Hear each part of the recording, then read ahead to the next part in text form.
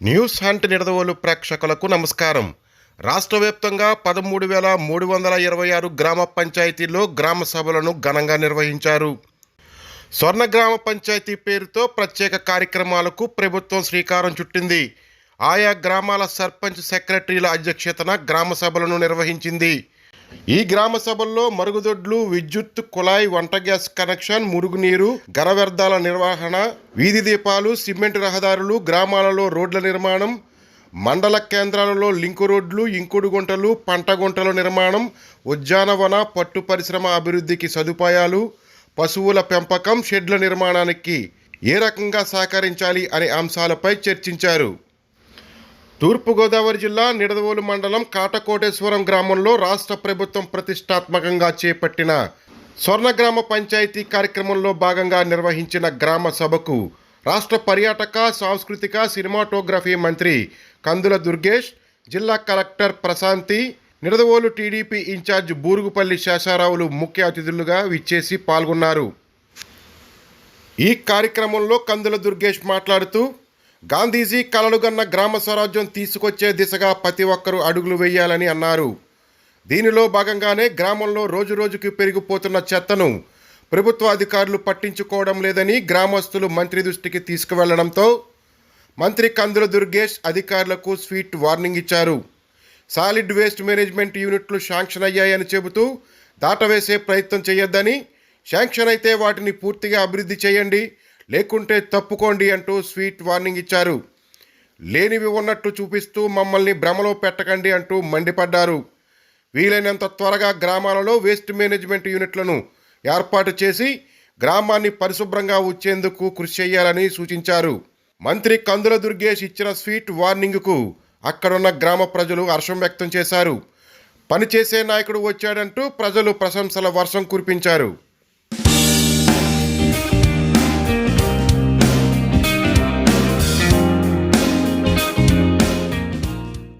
నేను బాగా అబ్జర్వ్ చేసింది ఒకటి, డ్రైన్లతో పాటు ఈ డంపింగ్ యార్డ్లు, ఈ చెత్త చెదారం వేసేటువంటి ప్రాంతాలు కూడా ప్రతి గ్రామంలో కూడా ఎక్కడో పడేస్తున్నారు. అదేమో ఆ చుట్టుపక్కల ఉన్న వాళ్ళకి చాలా ఇబ్బంది కలుగుతుంది. దానికి మనం ప్లాస్టిక్ తగ్గించుకోవాలి. తర్వాత దానికి ఒక ఆల్టర్నేటివ్ సైట్స్ ఏమన్నా చూపించాలేమన్నా దూరంగా ఊరికి. అవి కూడా కొంచెం ఈ గ్రామ సభలో నేను అబ్జర్వ్ చేసినంత వరకు ఈ డంపింగ్ యార్డ్లు అనేది పెద్ద సమస్య అయిపోయింది. గ్రామం మధ్యలో ఎక్కడో చోట వేసేస్తున్నారు. ఆ చుట్టుపక్కల రోగాలు రావడం ఇవన్నీ కూడా వచ్చేటువంటి పెద్ద కంప్లైంట్ ఏంటంటే ఆ చెత్త తీసుకొచ్చి మా మొహాలే పడేస్తున్నారండి, దీనివల్ల రోగాలు వస్తున్నాయి, దోమలు వస్తున్నాయి, మేము జబ్బులు బారిన పడిపోతున్నాం అనేటువంటి చాలా పెద్ద పాయింట్. అవునా కదా చెప్పండి. ఆ పాయింట్ ప్రకారం మీకు సాలిడ్ వేస్ట్ మేనేజ్మెంట్ యూనిట్స్ ఏవో శాంక్షన్ అయినాయి అంటున్నారు. కానీ నిడదవోలు నియోజకవర్గంలో నాకేం కనపడలేదు ఎక్కడ కూడా. మీరు ఎక్కడున్నాయి చెప్పండి నాకు సార్, ఎక్కడ ఉన్నాయి నిడదవోలు నియోజకవర్గంలో?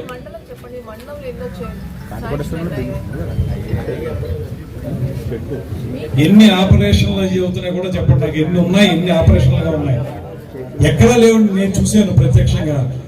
నేను అన్ని గ్రామాల్లో చూసాను. అన్ని గ్రామాల్లో కూడా ఇబ్బంది ఉంది. దయచేసి అధికారులు మీరు కొంచెం నిజంగా ప్రభుత్వం నుంచి మీకు ఆ శాంక్షన్ ఉంటే ఇమీడియట్ గా ఇంప్లిమెంట్ చేయండి. లేకపోతే చేయలేము అనుకుంటే తప్పుకోండి. అంతేగాని ఉన్నాయని చెప్పి మమ్మల్ని భ్రమల్లో పెట్టకండి.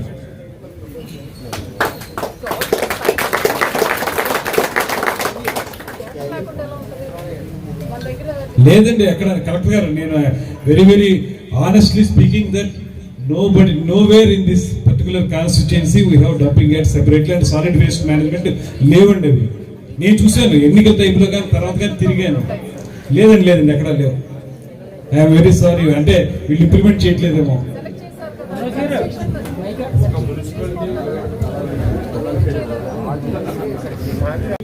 ఏమిటంటే మీరు కంప్లీట్ చేసి అందించకపోతే ఏంటి ఉపయోగం? సగంలో ఉందండి, కొంతవరకు ఉందంటే దీని ప్రజలకు వచ్చే ఉపయోగం లేదు కదా. ఇప్పుడు వర్షాకాలంలో కూడా ఎక్కువ జబ్బులు వచ్చేది కూడా వాటి వల్లే. చాలా ఇబ్బంది. మనం ఇంకొక క్యాంపెయినింగ్ చేస్తాం, నో డయేరియా స్టాప్ డయేరియా అంటాం. ఒక పక్కనేమో ఈ హైజీన్ చూడడం. దయచేసి అధికారులు మీరందరూ కూడా కలెక్టర్ గారు యాక్టివ్గా ఉన్నారు, మీరు కూడా ఆ వేగాన్ని అందుకోండి. అందుకుని పని చేయండి. పని చేయకపోతే ప్రజలకు ఉపయోగం ఏం లేదు. బ్యాటరీ కాలంలోనే పడిపోయినా మీరు అన్నారు.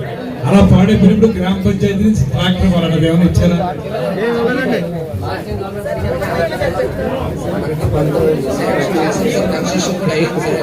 ఒకసారి వినండి,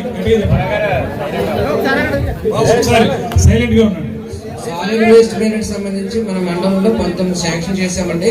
గతంలో ఈ కన్స్ట్రక్షన్ కూడా కంప్లీట్ అయింది. బట్ అయితే ఎన్ఆర్జీఎస్ ద్వారా కన్స్ట్రక్షన్ చేసినప్పటికీ దాని మెయింటెనెన్స్ అంతా కూడా గ్రామ స్థాయిలో ఉన్నటువంటి పంచాయతీ లెవెల్లో వాళ్ళని చేసుకోవాల్సిన అవసరం. కన్స్ట్రక్షన్ కంప్లీట్ అయిందా? కన్స్ట్రక్షన్ కూడా కంప్లీట్ ఆపరేషన్ అయిందా? అది ఆపరేషన్ పంచాయతీ లెవెల్లో చేయాలి సార్. అది పంచాయతీలు ఎవరో ఇక్కడ రిప్రజెంటేటివ్ ఉన్నారు ఏమంటే, ఎందుకు దాని పంచాయతీ ప్రకారం ఎందుకు చేయట్లేదు? అది ఇంకా రెడీ అయిపోయింది అంటున్నారు కదా వారు.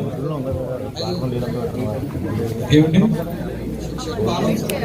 చెయ్యాలండి. ఇప్పుడు నేను ఏమంటే ఒక డిపార్ట్మెంట్ ఇంకో డిపార్ట్మెంట్ తోచేస్తే కాదు కదా, ఇది టోటల్ గా అది వినియోగంలోకి తీసుకురావడం అనేది ప్రధానం. మీరు కన్స్ట్రక్షన్ చేసేసారు, అది ఆపరేషనలైజ్ అవ్వటం లేదు. అప్పుడు ఏంటి ప్రయోజనం ప్రజలకు అంటాను. మీ కోఆర్డినేషన్ ఉండాలి, కన్వర్జెన్స్ ఉండాలి, మీరు కలిసి పని చేసుకోవడం అనేటువంటి అలవాటు చేసుకోవాలి. తర్వాత ఇప్పుడు కలెక్టర్ గారు ఎంత చెప్పారు, బ్యాటరీ వెహికల్స్ తోటి తీసుకెళ్తారని. అవి ఒకవేళ పాడైపోయినాయి, అన్ని పాడైపోయినాయి అని చెప్తున్నారు గ్రామస్తులు. పాడైపోయినప్పుడు పంచాయతీ నుంచి ఒక ట్రాక్టర్ ప్రొవైడ్ చేయాలనేటువంటి మాట చెప్పారు. చేశారా అనేది ట్రాక్టర్ అన్ని చోట్ల ఎందుకు చేయట్లేదు? అది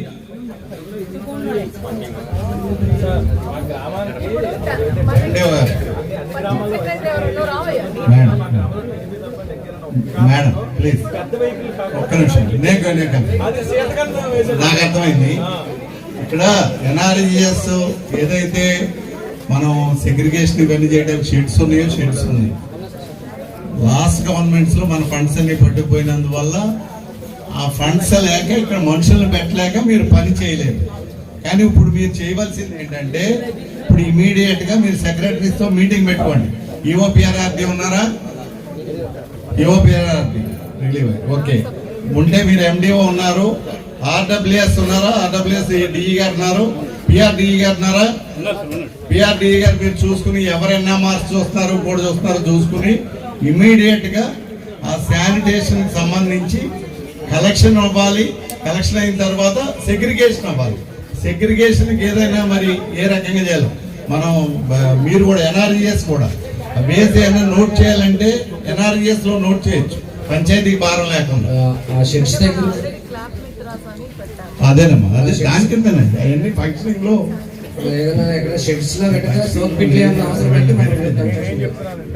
మీరందరూ కోఆర్డినేషన్తో వర్క్ చేసుకోండి. కలెక్టర్ గారు మీకు కోఆపరేట్ చేస్తారు. ఫండ్స్ పాసిటీ ఏమన్నా ఉంటే, ఫండ్స్ ఎక్కడన్నా ఇబ్బంది ఉంటే దాన్ని ఏ రకంగా మొబిలైజ్ చేసుకోండి చేద్దాం. అది చెప్పండి. మీరు ఎక్కడైనా చిన్న చిన్న ఇబ్బందులు ఉంటే, కానీ అసలు ప్రోయాక్టివ్ గా ఉండడం అనేది అలవాటు చేసుకోండి. కంపెనీ మీరు కొత్తగా వచ్చారు, గవర్నమెంట్ కొత్తగా వచ్చింది, ఇవన్నీ గత ప్రభుత్వం తప్పులు మనమే పడ్డాయి.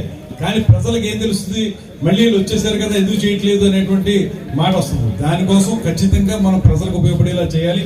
ఎక్కడ హాఫ్ కంప్లీటెడ్ గా ఉంచొద్దు. ఏదైతే సాలిడ్ వేస్ట్ మేనేజ్మెంట్ యూనిట్స్ ఉన్నాయో అవన్నీ కూడా కంప్లీట్ గా ఆపరేషనలైజ్ అయ్యే విధంగా మీరు అందరూ ప్లాన్ చేయండి. నిధుల విషయంలో మేము కూడా కొంత ప్రయత్నం చేస్తాం, కలెక్టర్ గారు ప్రయత్నం చేస్తాం.